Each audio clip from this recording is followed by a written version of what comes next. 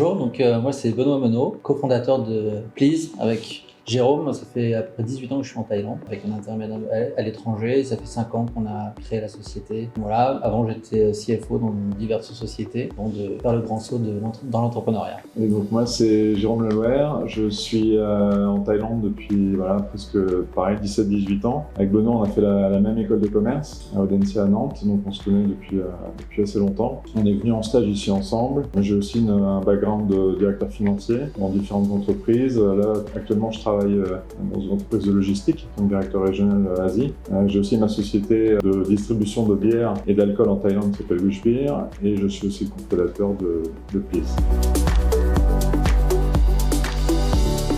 Alors en fait, ça avait un peu plus de moi, c'est-à-dire que quand j'ai lancé Wish Beer il y a 7 ans, on avait des comptables à temps partiel qui faisaient un peu notre bookkeeping, et puis c'était lent, c'était laborieux, on n'avait pas forcément les données dont on avait besoin pour gérer le business. Et donc moi en tant que directeur financier d'expérience, je me suis dit autant créer notre propre support comptable et en faire bénéficier d'autres entreprises. Donc c'est pour ça que j'ai appelé Benoît. Je lui ai dit ça serait peut-être intéressant de monter quelque chose qui a rapport à faire la comptabilité pour les PME. Mais pas seulement, puisque moi j'étais déjà dans la tech avec Wish Beer, e-commerce, etc. Donc on s'est dit faudrait qu'on soit pas seulement un sous-traitant comptable, mais qu'on crée de la valeur d'un point de vue tech. Donc c'est un petit peu comme ça que ça a démarré. Et 2 ans plus tard, Benoît a repris le flambeau entre guillemets. Il n'était pas en Thaïlande, il est revenu en Thaïlande, et c'est là qu'il a pris la direction de la société.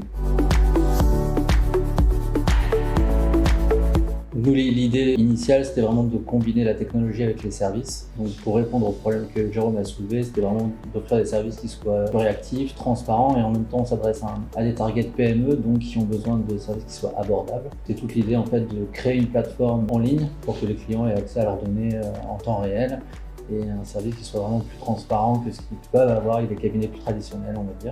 Donc la première phase de notre développement digital, c'était la création de la plateforme comptable en ligne. Et ensuite, au fur et à mesure, on a diversifié notre panel de services, mais toujours dans le souci d'accompagner, de développer les services, d'améliorer les services avec la digitalisation de notre façon de travailler et d'interagir avec les clients.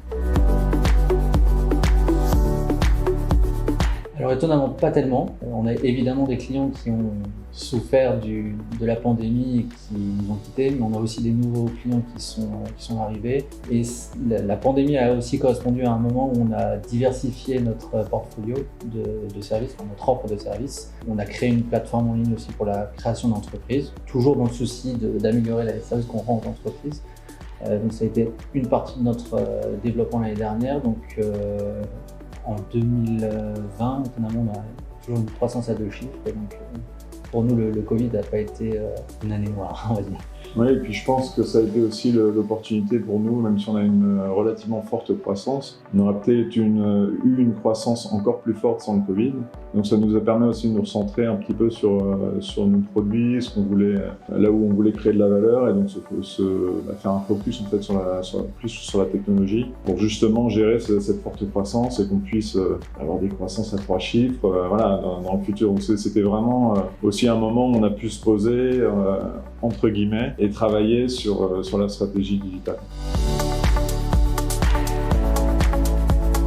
Jusqu'à présent, on s'est vraiment concentré sur le développement d'outils en support de nos services. Et la prochaine phase, ça va vraiment être de s'adresser à des targets qui ne sont pas nécessairement nos clients service. Il y a le développement de SaaS, de Software as a Service, en particulier sur la partie légale. On a aussi le développement d'une application fiscale qui gère la fiscalité en Thaïlande pour les utilisateurs du software qu'on utilise et qui est largement répandu dans le monde mais qui n'est pas localisé pour la Thaïlande. Donc on se focalise vraiment sur le développement software pour en gros avoir une deuxième verticale sur notre activité et puis sur un pan du marché qu'on n'a pas encore touché pour le moment.